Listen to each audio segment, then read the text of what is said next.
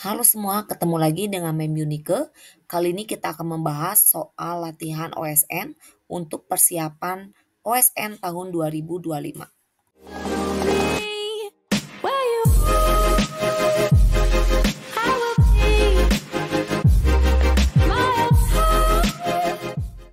Halo semua, masih bersama Mem Yunike. Kali ini kita akan membahas beberapa soal tentang Olimpiade Sains Nasional. Ya, di sini saya akan menyediakan latihan soal OSN tingkat provinsi jenjang SMP. Soal yang pertama, sebuah mesin memiliki taraf intensitas bunyi 80 desibel. Jika 100 mesin yang sama dibunyikan secara bersamaan, maka taraf intensitas bunyinya sekarang adalah. Untuk menyelesaikan soal ini, kita gunakan rumus TI sama dengan TI1 ditambah 10 log N, di mana TI1 itu adalah taraf intensitas untuk satu mesin, ditambah log N. N adalah jumlah mesin yang diketahui. Nah, di sini kita masukkan rumusnya. TI1 atau taraf intensitas satu mesin 80 desibel ditambah 10 log 100, karena di sini terdapat 100 mesin yang sama. Maka 80 desibel ditambah 10 log 100 itu adalah 2. Jadi 80 ditambah 20 desibel hasilnya adalah 100 desibel. Soal berikutnya, kawat peki panjangnya 2 cm digerakkan 20 meter per second, tegak lurus sepanjang kawat, dan memotong medan magnet 0,5 Tesla, seperti yang ditunjukkan pada gambar, dengan nilai hambatan 100 ohm. Besar dan arah kuat arus induksi yang ditimbulkan adalah. Untuk menyelesaikan soal ini, kita gunakan rumus GGL induksi, yaitu B dikali L dikali V, di mana B itu adalah medan magnet, 0,5 Tesla, L adalah panjang kawat, 2 cm kita ubah ke meter, yaitu 0,02 meter, dikali V atau kecepatan 20 meter per second. Maka hasilnya 0,2 volt. Untuk menentukan arus induksi, kita gunakan hukum Ohm, I sama dengan GGL induksi dibagi R, yaitu 0,2 dibagi 100, 0,002 ampere, atau 2 dikali 10⁻³ ampere. Untuk mengetahui atau menentukan arah arus induksi, kita gunakan aturan tangan kanan Fleming, yaitu ibu jari menandakan arah kecepatan, yaitu ke kanan, perhatikan gambar, kemudian jari telunjuk arah dari medan magnet, yaitu masuk gambar, ditandai dengan tanda silang. Kemudian jari tengah itu menandakan arus induksi, yaitu ke atas. Maka kita tentukan jawabannya adalah D. Arus induksi arahnya dari Q ke P. Soal berikutnya, sebuah bola isolator berjari-jari 9 cm dan bermuatan 9 kali 10⁻⁻11 coulomb. Potensial sebuah titik di dalam bola yang berjarak 3 cm dari pusat bola adalah dengan nilai K atau konstanta 9 kali 10⁻⁹ Newton meter kuadrat per coulomb kuadrat. Berdasarkan analisis soal, karena bola bersifat isolator, maka muatannya tersebar merata di seluruh volume bola, dan kita harus menggunakan konsep distribusi muatan untuk menentukan potensial di dalamnya.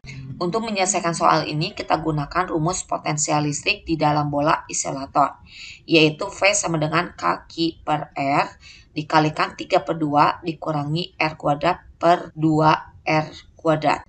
Oke, berdasarkan informasi di soal, kita akan masukkan data yang diketahui.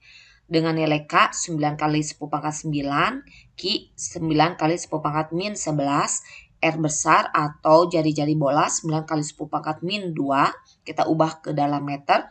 Kemudian dikalikan 3/2 dikurangi R kecil. R kecil itu adalah jari-jari yang akan dicari beda potensialnya, yaitu 0,03 kuadrat. Kita ubah ke dalam meter.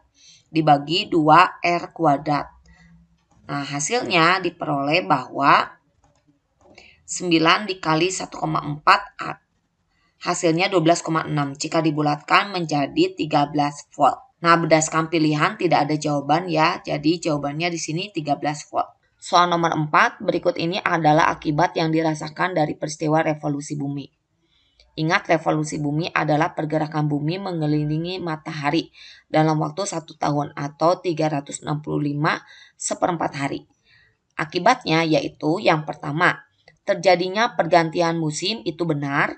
Pergantian musim itu terjadi karena adanya revolusi bumi dan kemiringan sumbu rotasi terhadap bidang orbitnya. Kemudian yang kedua, terjadinya rasi bintang. Terjadinya rasi bintang itu juga sama, betul. Posisi rasi bintang yang terlihat dari bumi berubah sepanjang tahun akibat pergerakan bumi mengelilingi matahari. Kemudian terjadinya peristiwa siang dan malam itu salah karena fenomena ini terjadi karena adanya rotasi, bukan revolusi. Yang keempat, terjadinya perbedaan lamanya siang dan malam itu betul karena kemiringan sumbu bumi mengakibatkan panjang siang dan malam bervariasi sepanjang tahun, terutama di daerah dengan garis lintang yang tinggi. Jadi jawabannya yaitu 1, 2, dan 4. Jawabannya adalah C. Soal nomor 5. Pada 300 ml air bersuhu 55 derajat Celcius dimasukkan 100 gram es.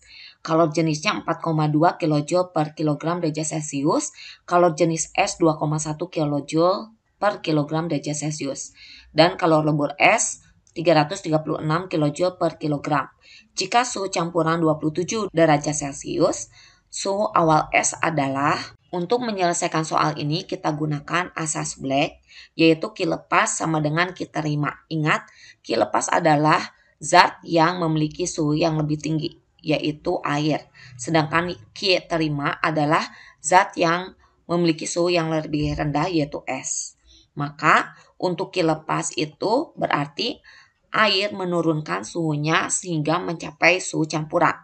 Berarti MC delta T. Delta T di sini adalah T1, suhu awal dari air, dikurangi TC atau suhu campuran. Sama dengan kita terima adalah kalor yang diterima oleh S. Prosesnya adalah MC delta T ditambah M dikalikan L, di mana S akan melebur jika naik suhunya mencapai 0 derajat Celcius terlebih dahulu, kemudian baru melebur pada titik leburnya. Jadi di sini ada dua proses. Nah, kita masukkan data yang diketahui, M-nya 0,3 kg dikali 4,2 dikalikan 55 dikurangi 27. 27 itu adalah suhu campuran. Sama dengan 0,1 kg massa dari es dikalikan kalor jenis es 2,1 dikalikan perubahan suhu dari min suhu awal es sampai ke titik leburnya. Jadi 0 min Tx, yaitu min Tx. Ditambah M massa dari es yaitu 0,1 dikali kalor lebur es 336. Maka hasilnya adalah 35,28 kJ sama dengan minus 0,21 kJ dikalikan Tx ditambah 33,6 kJ. Maka pindah ruas di sini 33,6, hasilnya adalah Tx sama dengan minus 9,66 dibagi 0,21. Jadi minus 8 derajat Celcius. Soal berikutnya, pada sebuah balok bermassa 200 gram yang mula-mula diam, diberikan 3 buah gaya serentak yang besarnya masing-masing F1 4 Newton, F2 3 Newton, F3 2 Newton. Arah F1 dan F2 ke kanan, sedangkan F3 ke kiri. Kecepatan balok setelah berpindah sejauh 0,5 meter dari posisi awal adalah.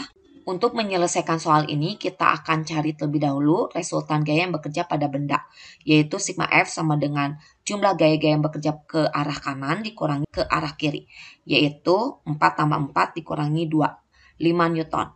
Lalu yang kedua, setelah menghitung resultan gaya, kita cari nilai percepatan dengan rumus hukum 2 Newton, yaitu A sama dengan sigma F dibagi M. Sigma F-nya yaitu 5 Newton dibagi 0,2 kg, hasilnya 25 Newton per kilogram.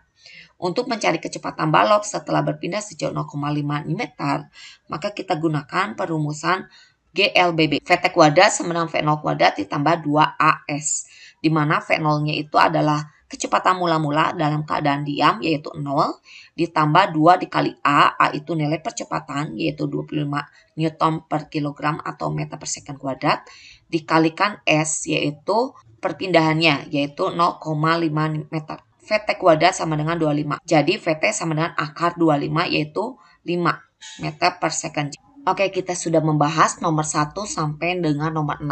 Ditunggu pembahasan berikutnya.